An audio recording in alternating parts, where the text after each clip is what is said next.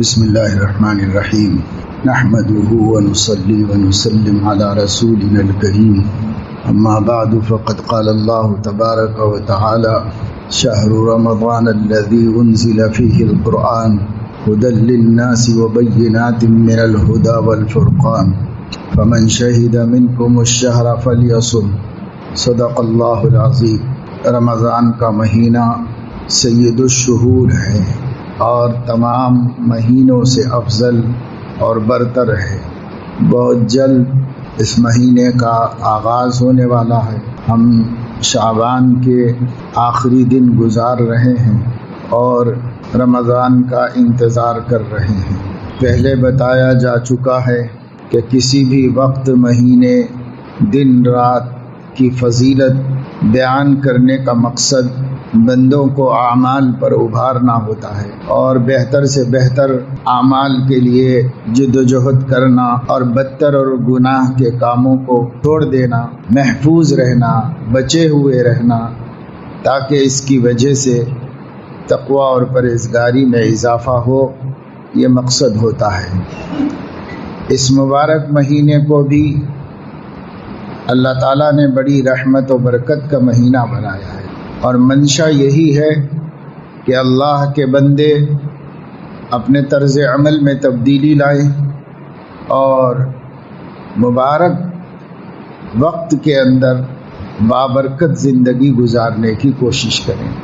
بعض احادیث سے پتہ چلتا ہے کہ حضور صلی اللہ علیہ وسلم نے شعبان کے آخری دنوں میں مسلمانوں سے خطاب فرمایا، خواہ جمعے کے خطبے میں ارشاد فرمایا، خواہ آپ نے خاص طور سے لوگوں کو جوڑ کر یاد دہانی فرمائی۔ آپ کے خطاب کرنے کو، آپ کے بیان کرنے کو، آپ کے نصیحت کرنے کو خطبہ کہا جاتا ہے۔ ضروری نہیں ہے کہ وہ جمعے ہی کا خطبہ ہو، ہر وقت کا خطاب حضور علیہ السلام کا خطبہ ہی کہلاتا ہے۔ سیدنا سلمان فارسی رضی اللہ تعالی عنہ اجل صحابہ میں سے ہیں۔ وہ فرماتے ہیں کہ نبی کریم صلی اللہ علیہ وسلم نے شعبان کے آخری دنوں میں یا آخری دن ہم سے خطاب فرمایا، خطبنا رسول اللہ صلی اللہ علیہ وسلم فی آخر یوم من شعبان۔ شعبان کا آخری دن تھا یا آخری دن چل رہے تھے، جیسے اس وقت آخری ایام شعبان کے چل رہے ہیں۔ اس میں خطبہ دیا، یعنی صحابہ کو خطاب کیا اور انہیں کچھ باتیں بتائیں اور یوں فرمایا کہ لوگوں، قد اظلکم شہر عظیم مبارک، تمہارے اوپر سایہ فگن ہے، قریب آ چکا ہے ایک ایسا مہینہ جو عظمت والا ہے، برکت والا ہے۔ اس میں اللہ رب العزت نے برکت بھی رکھی ہے اور وہ قابل تعظیم و احترام بھی ہے۔ ایسا مہینہ وہ قریب آ چکا ہے۔ ایسا مہینہ ہے کہ اللہ رب العزت نے اس مہینے کے دنوں میں روزے فرض کیے ہیں اور راتوں میں قیام کو تطوع اور نفل قرار دیا ہے۔ اس کی ترغیب دی گئی ہے، اسے پسند کیا گیا ہے۔ اور ایسا مہینہ جس مہینے میں ایک رات ہے جو 1000 مہینوں سے بہتر ہے اور اس سے بڑھ کر ہے۔ فیہ لیلۃ خیر من الف شہر، ایک رات ایسی ہے اس مہینے میں جو 1000 مہینوں یعنی قریب 80 برس میں عبادت کرنے سے زیادہ اس میں عبادت کرنے کی فضیلت اور اہمیت ہے۔ ایسا مہینہ ہے جس کے روزے اللہ نے فرض کیے ہیں۔ سب کو پتہ ہے کہ فرائض اسلام میں سے صوم بھی ایک فریضہ ہے، روزہ رمضان کے مہینے کا۔ حضرت علیہ الصلاۃ والسلام جب اسلام کی تعریف فرماتے اور کبھی ایمان کی تعریف میں بھی یہی باتیں بیان فرمائی ہیں کہ شہادتین کا اقرار کرنا یعنی گواہی دینا اللہ رب العزت کے ایک ہونے کی اور رسول اللہ صلی اللہ علیہ وسلم کے رسول ہونے کی گواہی دینا۔ قد اول شہادت ان لا الہ الا اللہ وان محمدا عبدہ ورسولہ۔ تو حضور علیہ الصلاۃ والسلام نے فرمایا کہ روزے اللہ تعالیٰ نے اس ماہ مبارک کے فرض کیے۔ شہادتین فرض ہے بندوں کے اوپر، نماز فرض ہے، رمضان کے روزے فرض ہے، یہ تو سب کے اوپر فرض ہے۔ یہ تین چیزوں سے کوئی بھی مستثنا نہیں، کیونکہ سب کر سکتے ہیں، اس لیے اللہ کے نبی نے سب پر اس کو فرض کر دیا۔ ہر آدمی گواہی دیتا رہے، ایمان کی تجدید کرتا رہے، اشہد ان لا الہ الا اللہ و اشہد ان محمد الرسول اللہ کہتا رہے۔ جیسے اذان میں 5 وقت ہمیشہ اس شہادت کا اعلان ہوتا رہتا ہے۔ اذان میں اس کا اعلان کرانے کا ایک فائدہ یہ بھی ہے کہ بندے بار بار شہادت دیتے رہیں۔ چنانچہ جو لوگ اذان کا جواب دینے کا اہتمام کرتے ہیں وہ کم سے کم 5 مرتبہ روزانہ شہادت دیتے ہیں کہ اللہ رب العزت ایک ہے اور اس کا کوئی ساجی و شریک نہیں ہے۔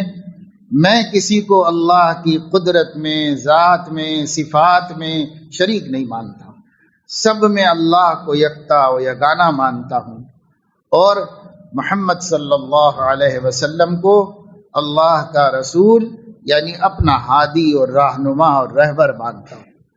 یہ گواہی دیتا ہے۔ مؤذن تو دیتا ہی ہے، زور سے اس لیے دیتا ہے، سارے لوگوں کو سنا کر اس لیے دیتا ہے گواہی کہ اور لوگ بھی سنیں تو گواہی دے۔ سب کو دینا چاہیے، اور حدیث پاک میں اذان کا جواب دینے کا حکم آیا ہے۔ بخاری شریف میں بھی روایت موجود ہے کہ حضرت علیہ الصلاۃ والسلام نے فرمایا کہ مؤذن جو کہے اس کو تم دہراؤ۔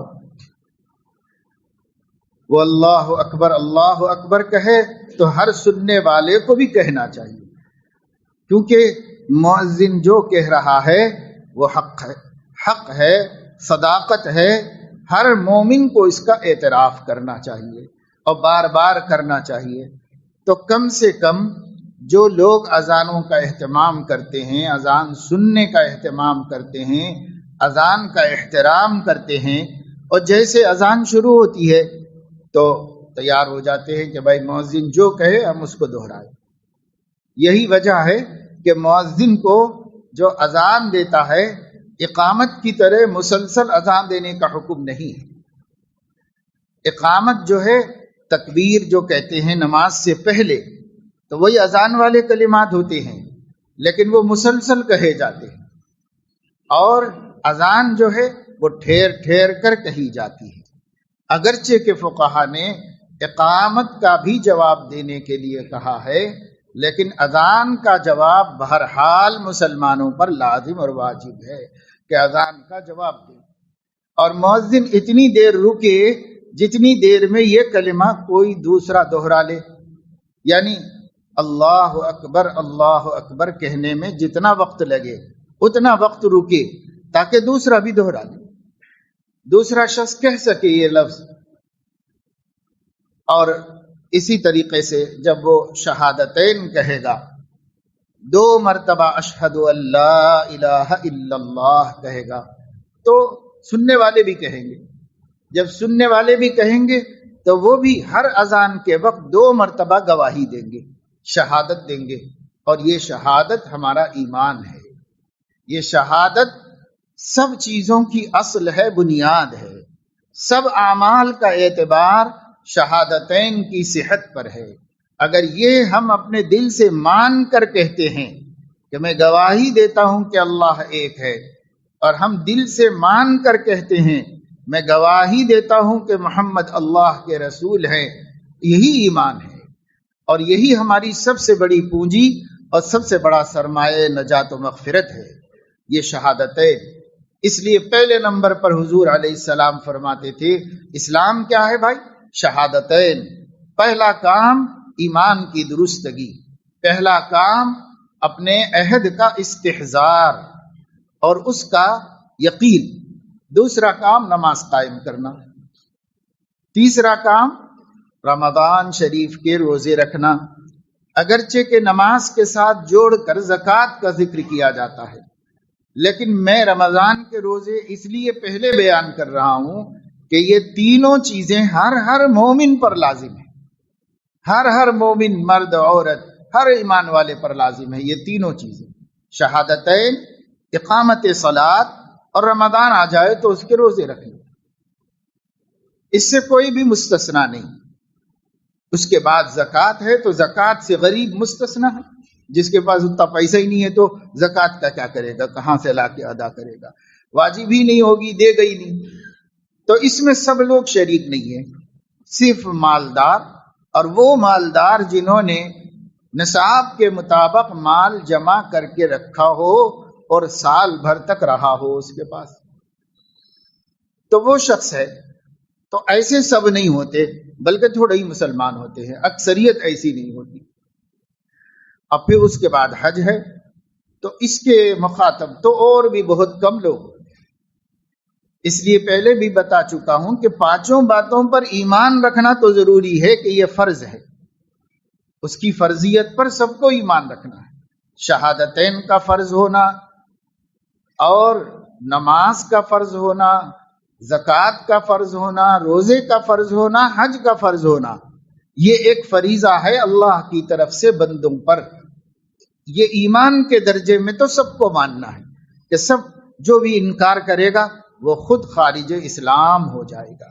اس میں سے ایک چیز کا بھی انکار نہیں کر سکتا. اور بھی چیزوں کا انکار کفر ہے، لیکن یہ پورا ایسا نصاب ہے جسے تعارف اسلام کے لیے منتخب کیا گیا ہے. کہا جائے کہ اسلام کیا ہے تو شہادتین، نماز، روزہ، زکوٰۃ، حج. تو اس میں سے تو کوئی عام سے عام آدمی بھی انکار نہیں کر سکتا کہ یہ فرائض ہے، یہ اسلام ہے، اسی کا نام اسلام ہے، یہ اسلام کا اسٹرکچر ہے، اس کا ڈھانچہ ہے. کوئی بھی اس میں سے تھوڑا بھی توڑ دے گا تو اسلام خود ٹوٹ جائے گا.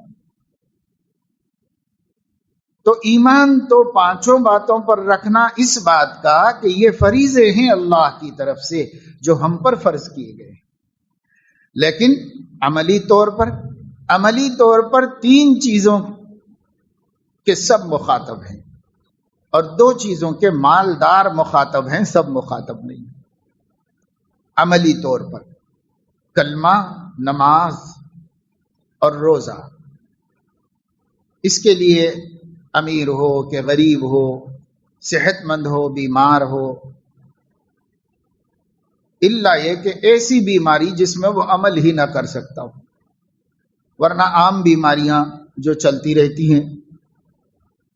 اس سب کے باوجود کلمہ فرض ہے، نماز فرض ہے، روزہ فرض ہے. دیہات میں رہنے والوں پر، شہر میں رہنے والوں پر، پڑھے لکھوں پر، ان پڑھوں پر، مالداروں پر، غریبوں پر، سب پر فرض ہے. یہ تین اعمال کمپلسری کورس ہے سب مسلمانوں کے واسطے.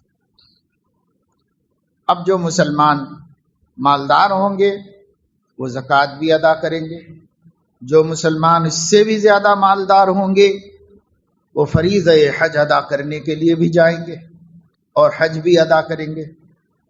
لیکن یہ تین تو سب کو کرنا ہے.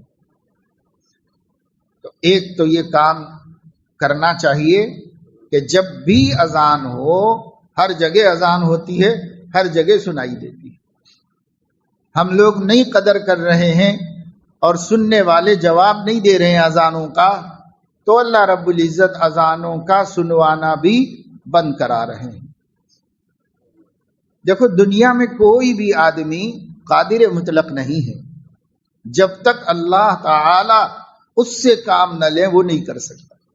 اس لیے یہ جو خبریں آ رہی ہیں بعض ریاستوں کے اندر، بطور خاص اتر پردیش میں، آج ہی دیکھا میں نے اخبار میں، پہلے ہی صفحے کے اوپر ہے کہ جن مسجدوں میں قانونی طور پر حدود کے مطابق لگے ہوئے ہیں وہاں سے بھی نکال دیے جا رہے ہیں، اور جو لوگوں نے غیر قانونی لگا رکھے ہیں وہاں سے بھی نکال دیے جا رہے ہیں۔ اور ہمارے مسلمان بھائیوں کو، مسجد کے متولیوں کو، صدروں کو اللہ ہی توفیق دے کہ اچھی بات ماننے کو تیار ہی نہیں ہوتی۔ جب بھائی ملک میں قانون بن گیا، سپریم کورٹ نے آرڈر دے دیا کہ 10 بجے سے لے کر صبح 6 بجے تک شور والا کام نہیں ہونا چاہیے، جلسوں کو، پروگراموں کو، فنکشنوں کو بھی 10 بجے تک ہی ختم ہو جانا چاہیے۔ البتہ مقامی پولیس مقامی حالات کی روشنی میں 11 بجے تک بھی اس کو ایکسٹینشن کر سکتی ہے۔ جب ایک ایسا ضابطہ بن گیا اور صبح کی اذان 6 بجے سے پہلے ہونا پڑے، اوقات بدلتے رہتے ہیں، تو کیوں نہیں مسجد والے صبح کی اذان کو بغیر مائک کے دیتے؟ مائک کے بغیر کیوں نہیں دیتے؟ بھائی جب ایک ضابطہ ہے سب کے واسطے ہے، اور کوئی ناجائز نہیں، ہمارے دین میں مداخلت بھی نہیں، اس واسطے کہ اسلام میں مائک میں اذان دینا کوئی فرض واجب نہیں ہے، کوئی ضروری نہیں ہے کہ مائک میں اذان دی جائے، اور ایک قانون ہے جو رعایا کی مصلحت سے بنا ہوا ہے، تو اس قانون کو تسلیم کرنے میں ضد کیوں؟ یہ کون سی غیرت اسلامی ہے، وہ کون سی دینداری ہے؟ بہت مسجدوں میں بار بار کہنے کے باوجود نہیں مانتے، کہتے اذان دے رہے، اللہ کا نام لے رہے، کون روک سکتا ہم کو؟ ایسے نادان، ایسے ناسمجھ لوگوں کے ہاتھ میں مسلمانوں کے مسائل ہوں گے تو مسلمانوں کو قدم قدم پر ٹھوکریں ہی کھانی پڑیں گی، تکلیفیں ہی اٹھانی پڑیں گی۔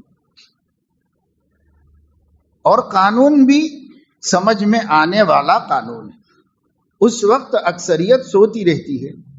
آپ ایمان والے اٹھتے ہیں، اور آپ میں سے بھی کون اٹھتا ہے؟ 1000 میں 2-4 اٹھتے ہیں۔ تو سونے والوں کے سونے کے وقت میں ایسا کوئی کام کرنا جس سے کسی انسان کو اور مسلمان کو ڈسٹربنس ہو، اسلام خود اس کی اجازت نہیں دیتا، اسلام خود اس کو منع کرتا ہے۔ فقہا نے لکھا ہے کہ مسجد میں اگر کوئی قرآن مجید پڑھ رہا ہو اور کوئی مسافر وہاں پر لیٹا ہوا ہو سونے کے لیے، رستہ چلنے والا تھکا ہارا مسجد میں آ جاتا ہے، لیٹ جاتا ہے، اگر کوئی مسافر لیٹا ہوا ہو اور اگر کوئی قرآن مجید پڑھنا چاہتا ہو تو اس کو اتنی آواز سے نہیں پڑھنا چاہیے کہ اس آرام کرنے والے کے آرام پر اثر پڑے، اتنی آواز سے نہیں پڑھنا، حالانکہ آپ اللہ کی کتاب پڑھ رہے ہیں، وہ سو رہا ہے اور آپ تلاوت کر رہے ہیں، لیکن آپ کو تلاوت اس طرح نہیں کرنی چاہیے کہ بندے کو تکلیف پہنچے، کیونکہ اللہ نے اپنا حق بندوں کے حقوق کے لیے چھوڑ دیا۔ مگر صبح میں تھوڑی مسجدوں میں اس پہ عمل ہوا حیدرآباد میں کہ 6 بجے سے پہلے جب تک اذان ہو رہی تھی، اور اب بھی ہو رہی ہے 6 بجے سے پہلے، تو مائک میں نہ دی جائے اذان۔ اسی سے ہم لوگوں کا ڈسپلن معلوم ہوگا، اور اسی سے ہم لوگوں کے اوپر شرارت کی تہمت لگائی جائے گی کہ صاحب یہ لوگ قصدن کرتے ہیں، یہ لوگ شرارتن کرتے ہیں، ان کو سب معلوم ہے پھر بھی شرارتن کرتے ہیں، آپ اپنا دین بدنام کر رہے ہیں۔ چلو بھائی، اذان دینے سے سارے لوگ اٹھ کے آ جاتے ہوں تب بھی کوئی اس کی ضرورت سمجھ میں آتی ہے۔ اب تو حالت یہ ہے کہ کان میں سور پھونکو تو بھی نماز کے لیے اٹھنے کو تیار نہیں ہے، اور مسجد آنے کے لیے تیار نہیں، ان کے لیے کیا ہم لگائیں گے؟ اور پھر یہ بھی معقول قانون ہے کہ مائک میں جب کہی جا سکتی ہے دن کی اذانیں تو بھی آواز معتدل ہونی چاہیے۔ 50 پنگے لگا کے بے ضرورت آواز گھمانا کوئی شرافت نہیں ہے، کوئی اسلامی تعلیم نہیں ہے، بس شوق ہے مسجد والوں کا، ان کا شوق ہے کہ 25 لگاؤ 50 لگاؤ، ان کا شوق ہے، یہ دین نہیں ہے، یہ اسلام نہیں ہے، اور اپنے شوق کے ذریعے اللہ کے دین کو رسوا کرنا کون سی عقل مندی کی بات ہے؟ جتنی ضرورت ہے کہ بھئی محلے والوں کو وقت نماز کا ہونے کی اطلاع ہو جائے، بس ختم. اتنا ہی ہے اذان کا مقصد، اعلام. اذان کا ترجمہ اعلام، اطلاع دے دینا ہے لوگوں کو کہ نماز کا وقت ہو گیا، بس اس کی اطلاع دے دینا ہے. اور اس اطلاع کے لیے جتنی معقول آواز ہو، اس سے زیادہ آواز کا اسراف ہے جو اسلام میں پسندیدہ نہیں ہے، اور اسلام اس کو بالکل گوارا نہیں کرتا. یہ اور بات ہے کہ مسلمانوں نے اسے اپنا کلچر بنا لیا ہے، اسلام تو اس کو پسند نہیں کرتا. تو اس کا خاص خیال رکھنا چاہیے، اور اس کا اہتمام مسلمانوں کو کرنا چاہیے، مسجد والوں کو کرنا چاہیے. اب تو دیکھیے مسلم کنٹریز بھی اس قدر مرعوب ہو چکے ہیں کہ وہ خود اس کا انتظام کر رہے ہیں کہ اذان ایک جگہ سے ہوگی اور ساری مسجدوں کے اسپیکرز میں سنائی دے، کہی جائے گی ایک ہی جگہ پر. کئی برس ہو گئے میں ابو ظہبی میں تھا، تو وہاں پر باقاعدہ اس کو عملاً دیکھا ہوں، خود دیکھا ہوں. جس مسجد میں ہم نماز پڑھ رہے تھے اس مسجد کے اندر اب مؤذن صاحب نہیں تھے، لیکن اس کے اسپیکرز میں اذان کی آواز آتی تھی، بس مؤذن کوئی نہیں تھا. پوچھنے پر معلوم ہوا کہ صرف جامع مسجد میں اذان کہی جاتی ہے اور تمام مسجدوں کے اسپیکر سے سنائی دیتی ہے. ایسا اس لیے کہ حکومت نے پابند کر دیا ہے کہ اذان کی آواز کو کنٹرول میں رکھا جائے، اور ایک ہی جگہ سے ہوگی تو آواز کنٹرول میں رہے گی. وہاں کنٹرول میں رکھیں گے تو پورے شہر میں کنٹرول میں رہے گی. اور ایسا ان لوگوں نے اس لیے کیا کہ وہاں کے عیسائیوں نے درخواست دی بادشاہ کو کہ یہ ہر وقت مختلف طریقے سے بڑی بڑی آوازیں ہونے کی وجہ سے ہم کو چرچوں میں پریئر کرنے میں تکلیف ہو رہی ہے. اس درخواست پر بادشاہ نے یہ حکم جاری کر دیا کہ اذان ایک جگہ سے کہی جائے اور کنٹرول رہے آواز پر، اور وہی اذان ہر مسجد سے سنائی دی جائے. اور ابھی ایسا سعودی عربیہ میں بھی ہونے والا ہے. جب مسلم کنٹریز میں ہو جائے گا تو یہاں کی حکومت کے لیے تو بہت بڑی دلیل ہو جائے گی، بڑا ثبوت ہو جائے گا، اور وہ کہے گا کہ صاحب تمہارے ملکوں کے اندر نہیں ہے تو تم یہاں کیوں شرارت کرنا چاہ رہے ہو؟ تو یہ سب آزمائشیں کیوں آئیں؟ پہلے تو نہیں تھی ایسی کوئی آزمائش. پہلے غیر مسلم بھی بولتے تھے بھائی اذان سن کے سکون ہوتا ہے. پہلے غیر مسلم عورتیں بھی پلو اوڑھ لیتی تھی، اذان ہو رہی ہے بھائی اللہ کا نام لیا جا رہا ہے. ہم نے بھی دیکھا بچپن میں تجربہ، گاؤں میں ہر جگہ غیر مسلم بھی اسی طرح احترام کرتے اذان کا جیسے مسلمان کرتے تھے، اور وہ کہتے تھے بھائی اذان ہو تو سکون ہوتا ہے. ابھی بھی بعض لوگ ہیں ایسے. ہم لوگ 6 بجے سے پہلے مدرسے کی مسجد میں مائک میں اذان نہیں کہتے. اذان جو ہے وہ مدرسے کے اندر کے، مسجد کے اندر کے مائک میں اذان کہی جاتی ہے. اوپر والے مائک میں، اسپیکرز میں اذان نہیں کہتے. کافی عرصے سے جب سے یہ قانون سامنے ہے مدرسے میں اسی پہ عمل ہوتا ہے. خواجہ باغ میں اندر کے اسپیکرز میں اذان ہوتی ہے، اوپر والے میں ظہر سے لے کے عشاء تک کی اذانیں ہوتی ہیں، صبح کی نہیں ہوتی. تو بعض غیر مسلم دور دور رہتے ہیں کالونیوں میں، وہ لوگ بھی ملنے جلنے والوں سے، راستے میں نظر آنے والوں سے یہ کہہ رہے ہیں بھائی آپ لوگوں نے صبح کی اذان بند کر دی ہے. کیوں بند کر دی ہے؟ صبح کی اذان نہیں ہو رہی ہے. صبح کی اذان ہم لوگ سنا کرتے تھے. تو ہم نے کہا کہ بھائی جب کوئی ایسا کہے تو اس کو بولو کہ بھائی آپ کو اچھا لگتا ہے اور کچھ آپ کے جیسے 10 لوگوں کو برا لگتا ہے. کیا کرے، لوگوں کے سونے کا وقت ہے، اس وجہ سے اسلام نہیں چاہتا کہ دوسروں کو جگائے. حضرت کعب بن مالک رضی اللہ تعالی عنہ کی توبہ معاف ہو گئی. جب توبہ معاف ہو گئی تو رات کا وقت تھا جب وحی نازل ہوئی. اللہ تبارک و تعالی شانہ نے فرمایا کہ اللہ تعالی نے معاف کر دیا ہے ان لوگوں کو. یہ وحی جب نازل ہوئی تو حضور علیہ الصلاۃ والسلام نے صحابہ جو موجود تھے ان کو سنایا اور فرمایا بھائی خوشخبری، اللہ تعالیٰ نے ان مخلص مسلمانوں کو معاف کر دیا. وحی نازل ہو گئی میرے اوپر، قرآن میں بتا دیا گیا ہے ثم تاب اللہ علیہم لیتوبوا ان اللہ هو التواب الرحیم. اللہ نے ان کو معاف کر دیا ہے، وحی نازل ہو گئی. تو بعض صحابہ نے کہا کہ یا رسول اللہ کیا ہم اس کی خوشخبری ان کو نہ پہنچا دیں، اعلان کر دیں، خوشخبری پہنچا دیں؟ حضرت علیہ الصلاۃ والسلام نے فرمایا کہ ابھی نہیں، اس لیے کہ ابھی وہ لوگ سو گئے ہوں گے اور تم لوگ مبارکبادیاں دینے پہنچو گے تو ان کی نیند خراب ہو جائے گی. اس لیے صبح ہونے کے بعد اعلان کرو، صبح ہونے کے بعد اس خوشخبری کو پھیلاؤ، سوتے وقت کیوں پھیلاتے ہو؟ تو حضرت علیہ الصلاۃ والسلام تو اتنا خیال فرماتے تھے کہ کسی کی زحمت کا سبب ہم نہ بنے. اسلام رحمت ہے، اسلام کسی کے لیے زحمت نہیں.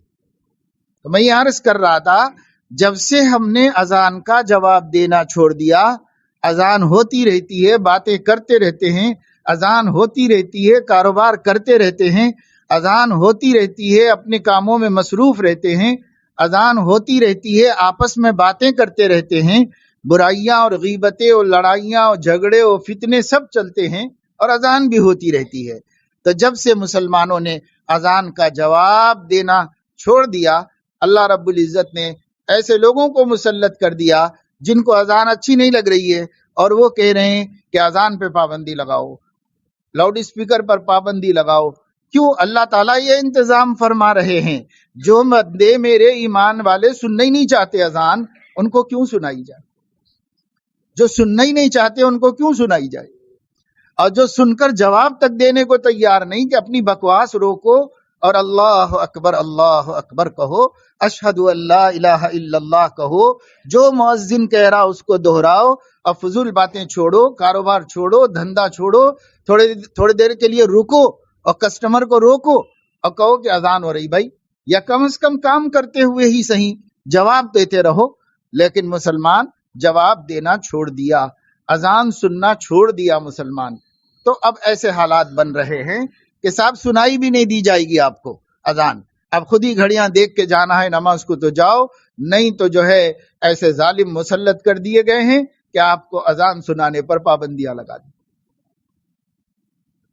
اور ایسی باتیں ہو رہی ہیں، باقاعدہ کہی جا رہی ہیں، باقاعدہ کہی جا رہی ہیں کہ ابھی اور دن تھوڑا انتظار کر لو، پھر اذان ہوگی، نہ اسپیکر ہوگا، کچھ بھی نہیں ہوگا، سب دیکھیں گے، بند کر دیا جائے گا.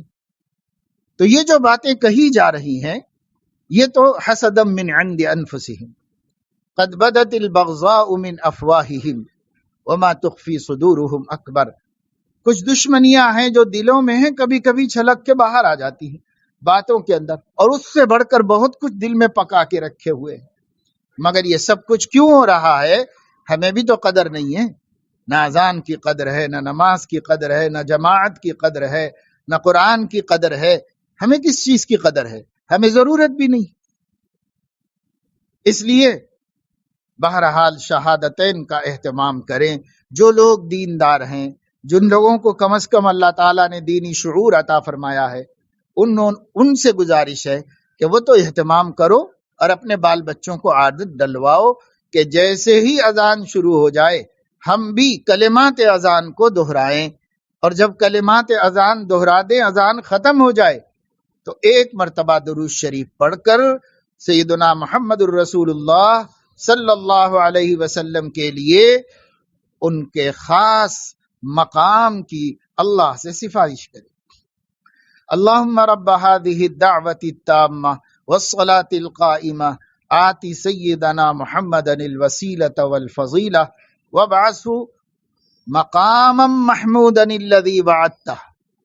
اس کی دعا کی حضور نے ہم سے فرمائش کی ہے اور کہا ہے کہ دیکھو اذانوں کے بعد میرے لیے مقام محمود کی دعا کرو تم لوگ، کہ ایک مقام ہے جو سب سے بلند و بالا ہے اور اللہ کو سب سے پیارا ہے، وہ ایک بندے کو ملنے والا ہے، ہمارے نبی کے علاوہ کوئی اس کا مستحق نہیں ہے، لیکن ہمارے نبی کی تواضع، عبدیت و بندگی یہ ہے کہ وہ اپنی امت سے فرما رہے ہیں ذرا تم لوگ ہر اذان کے بعد میرے لیے یہ دعا کر دیا کرو کہ مقام محمود مجھے مل جائے، اللہ مجھ کو اس کا حقدار بنا دے، کیونکہ حضور علیہ الصلاۃ والسلام میں کبھی بھی استکبار نہیں تھا، دعویٰ نہیں تھا، حالانکہ سب سمجھتے ہیں اور ان کو بھی پتا ہوگا کہ یہ انہی کا مقام ہے، کسی اور کو تو نہیں جا سکتا۔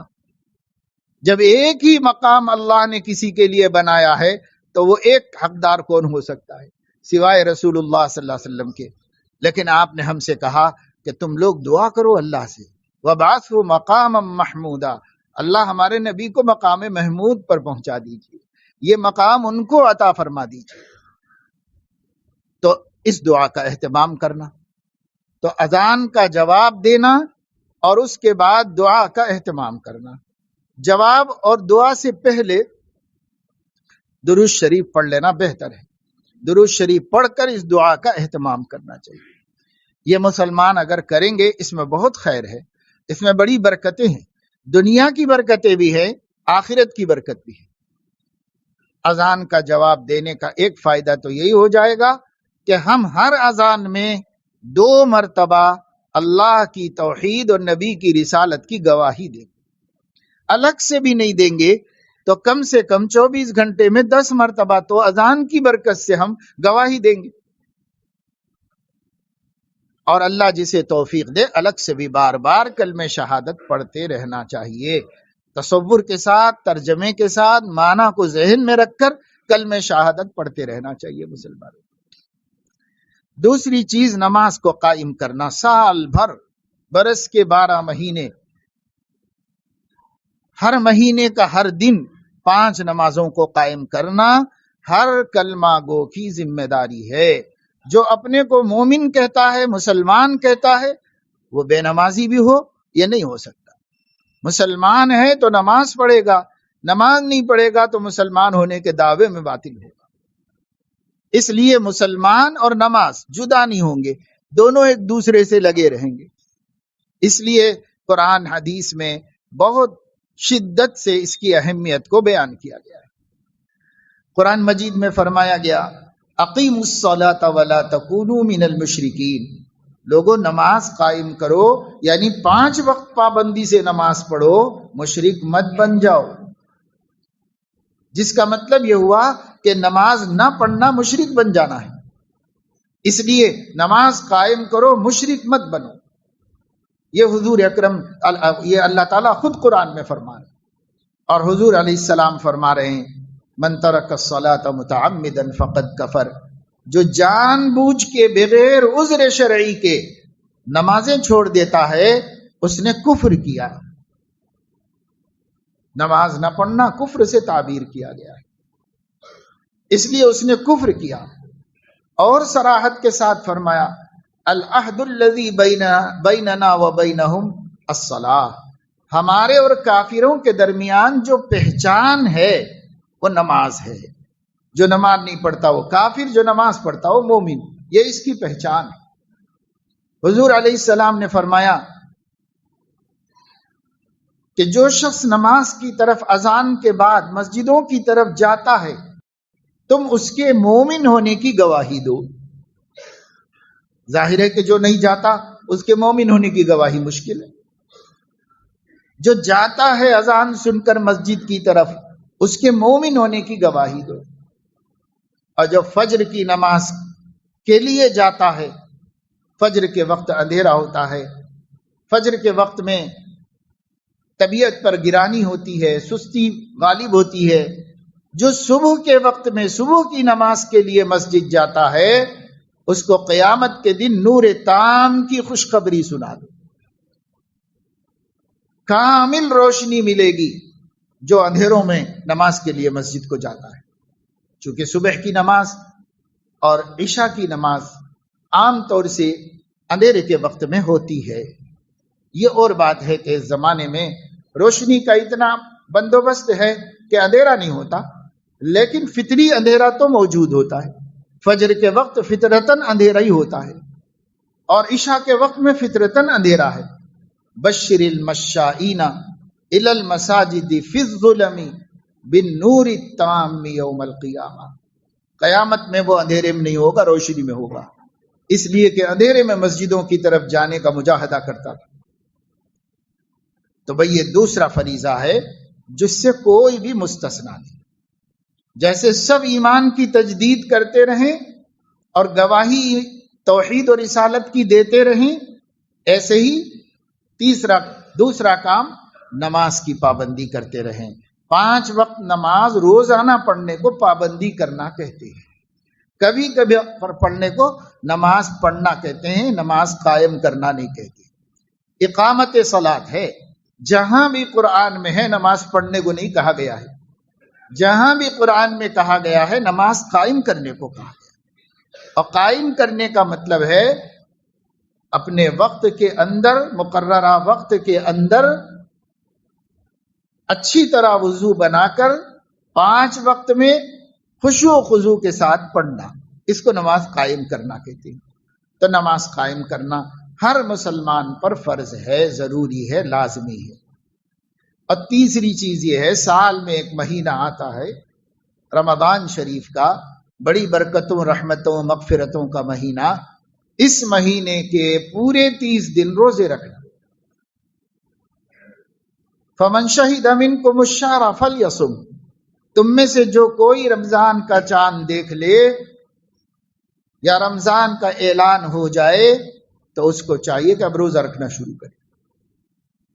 کب تک رکھے؟ جب تک کہ شوال کا چاند نظر نہ آ جائے، تب تک روزانہ ہر مومن کو روزہ رکھنا ہے، مرد کو، عورت کو، سوائے اس کے کہ عورت جب ناپاکی کے دنوں میں ہوگی، جیسے نماز نہیں پڑھے گی ویسے روزہ بھی نہیں رکھے گی۔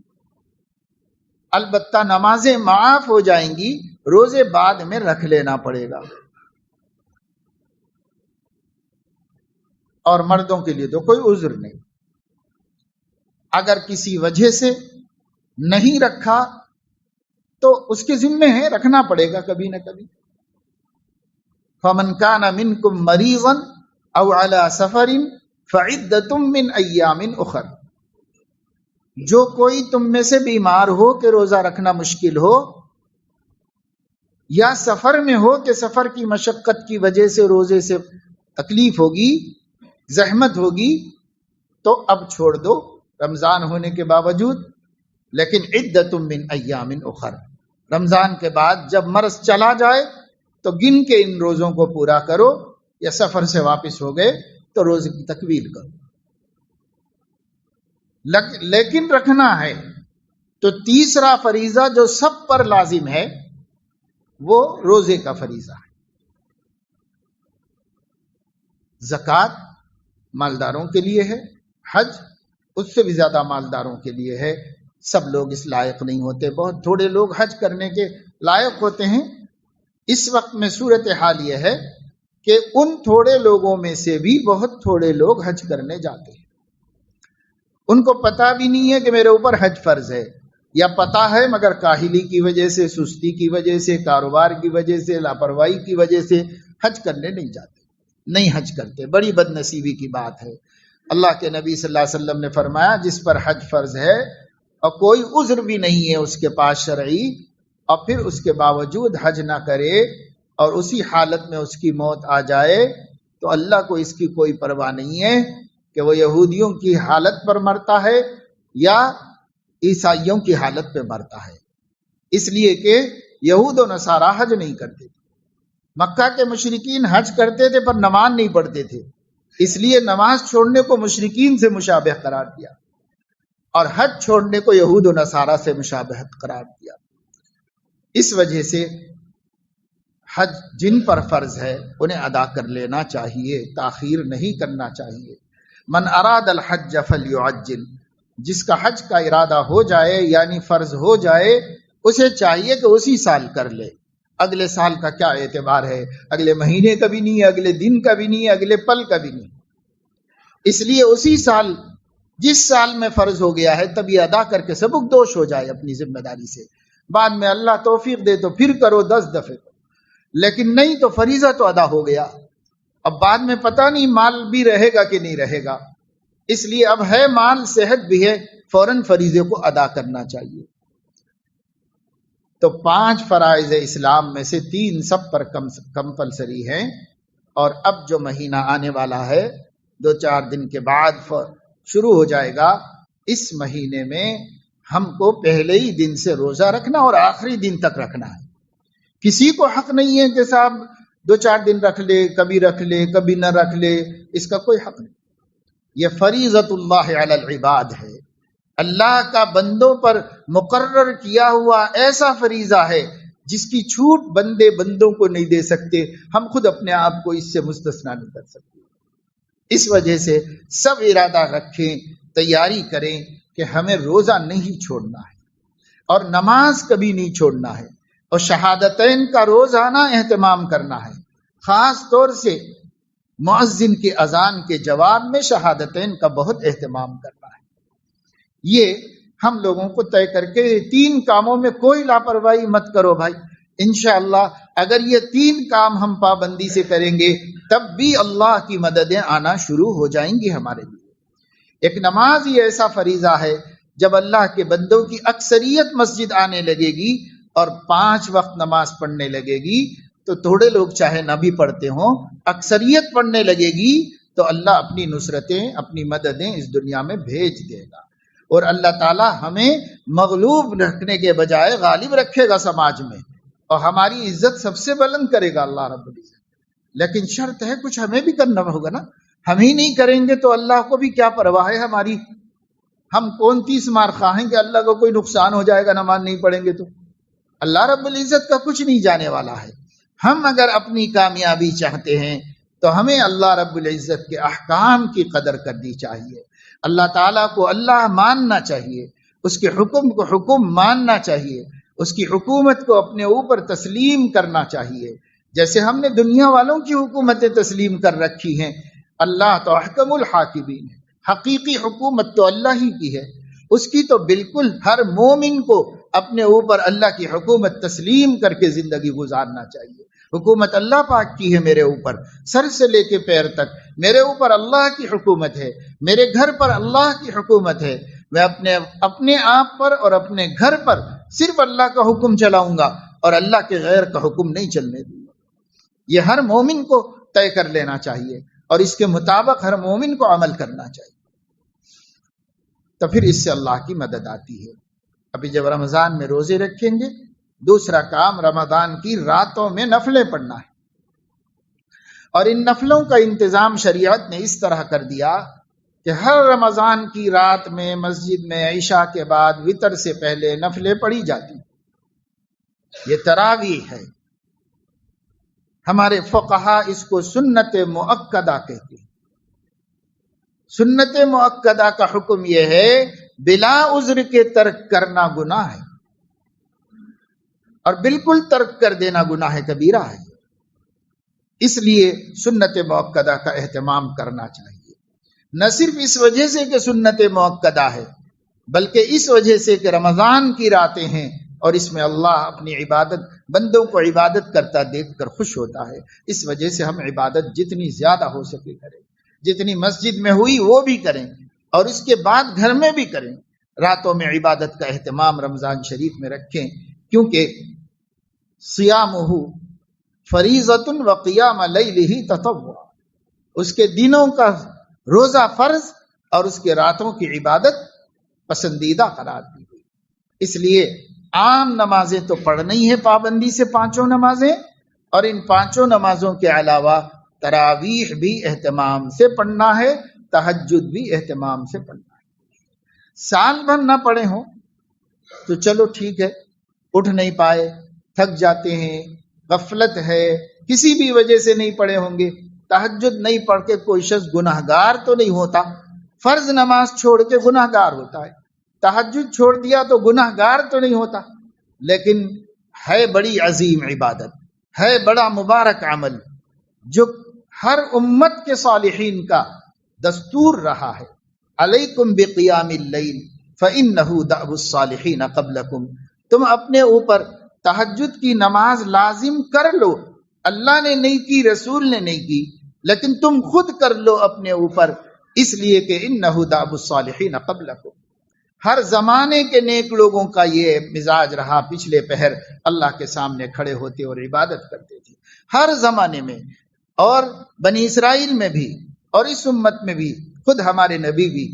تو کم سے کم رمضان کے مہینے میں جب ہم سحری کرنے کو اٹھ ہی جاتے ہیں تو تہجد سے کیوں محروم رہے؟ اس لیے سب یہ طے کر لیں ابھی سے کہ رمضان شریف کے مہینے میں سحری میں اٹھیں گے، سحری کا وقت اور تہجد کا وقت ایک ہی ہے، اس لیے جب سحری میں اٹھیں گے پہلا کام منہ ہاتھ دھو کر وضو بنا کر سحری کریں گے، اور جب ہم سحری تہجد پڑھیں گے اور تہجد پڑھ کے سحری کریں گے۔